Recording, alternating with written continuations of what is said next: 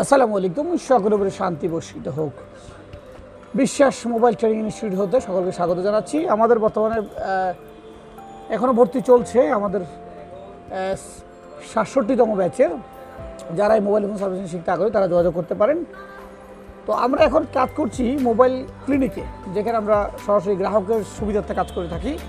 তো আমরা এই মুহূর্তে যেই বিষয়টা দেখাবো, এটা একজন গ্রাহকের জন্য যারা খুব কম প্রয়োজন, কিন্তু একজন টেকনিশিয়ান যে কাজ করে পেশায় তার জন্য যারা খুবই গুরুত্বপূর্ণ।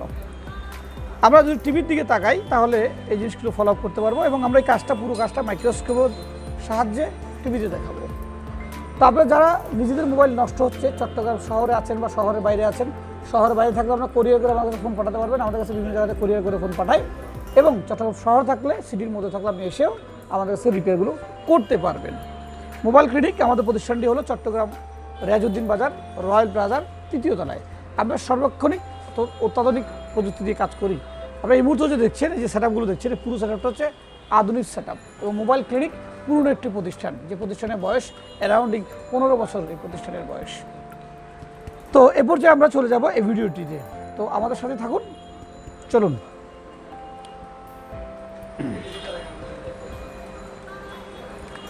তো এই পর্যায়ে আমরা এই কাজটা একটু দেখানোর চেষ্টা করব যে এই বোর্ডটা যে ক্লিন হয়েছে। অনেকেই বলছে যে এই এতগুলো পিন উঠে যাওয়ার পরও একটা ফোন কিভাবে ওয়ার্ক করে। আসলে এখানে যারা ট্রেনিং করতে আসেন তাদেরকে আমরা এই বিষয়গুলো প্রতিনিয়ত বোঝানোর চেষ্টা করি। যে যেমন এখানে দেখছি আমরা ১, ২, ৩, ৪, ৫, ৬, ৭, ৮, ৯ প্রায় ৮-৯টা পিন এই পাশাপাশি নেই। তাহলে ৮-৯টা পিন ছাড়াও কি একটা আইসি ওয়ার্ক করবে? আমরা বলবো যে হ্যাঁ, অবশ্যই করবে। কারণ এই যে লাইনগুলো আসছে, দেখুন এখানে ভিতরে ইএমএমসি আছে বা ইউএফএস আছে।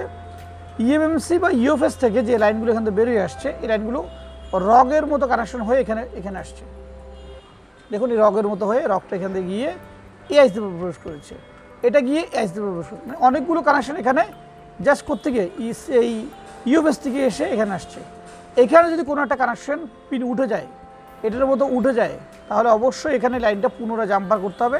না হলে আপনি ১০০ বার আইসি চেঞ্জ করলে লাগালেও কোনোভাবে এই কাজটা করবে না, একটা বিষয়। ২ নম্বর বিষয় হচ্ছে যে এই আইসিটা ক্লিন করার সময় এখানে প্রথমত আগের যে বলগুলো থাকবে সেই বলগুলোকে ক্লিন করতে হবে, স্বচ্ছ ক্লিন করতে হবে।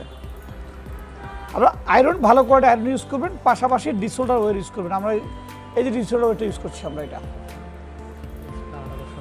দর্শক এটা ইউজ করছি আমরা। তো এটা দিয়ে একদম সমান করবেন।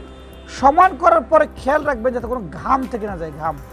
এই ঘামগুলো চারপাশ করে দেখবেন যে কোথাও কোনো ঘাম জমে আছে কিনা। যদি ঘাম জমে থাকে তাহলে আইসিটা লাগবে না, উঁচা নিচে থাকবে, বলগুলো ফিনিশিং হবে না। এখানে দেখেন অনেকগুলো লাইন কেটে গেছে একসাথে, কোনো সমস্যা নেই, এগুলো ছাড়াও দিব্যি চলবে। এই গেল হচ্ছে বোর্ডের বিষয়। এবার যদি আমরা আইসি বিষয়টা বলি, এই আইসিটা আমরা অনেকক্ষণ সময় লাগিয়ে ক্লিন করেছি। সময় লাগিয়ে ক্লিন করছি এই কারণেই যে শুধু এখানে বল উঠলে চলবে না, এখানে যদি কোনো ঘাম থেকে যায় বা কোনো একটু উঁচা ঘাম থেকে যায় তাহলে আইসিটা একুরেট বসবে না। একটা আইসির মধ্যে অনেকগুলো পিন, কাজে এগুলো কোনোভাবেই এই পিনগুলো যদি মিসইউজ হয়ে যায়, লুজ কানেকশন থাকে, তাহলে কাজটা করবে না। কাজেই আমরা এটাকে একটু যত্ন সহকারে এই কাজগুলো আমাদের করতে হবে। আর একটা বিষয় না বললেই নয়, যে যারা আইসি নিয়ে কাজ করছেন মোবাইল ফোন রিপেয়ার জগতে, তাদের জন্য বলা, আপনাকে মোর দ্যান 80% ফোনের এখন বর্তমান সময় সিপিইউ লেভেলে কাজ করতে হবে। তাহলে আপনি কিছু পয়সা ইনকাম করতে পারবেন, কিছু গ্রাহকের উপকার করতে পারবেন, এবং আপনি নিজেকে একজন সেবক বলতে পারবেন।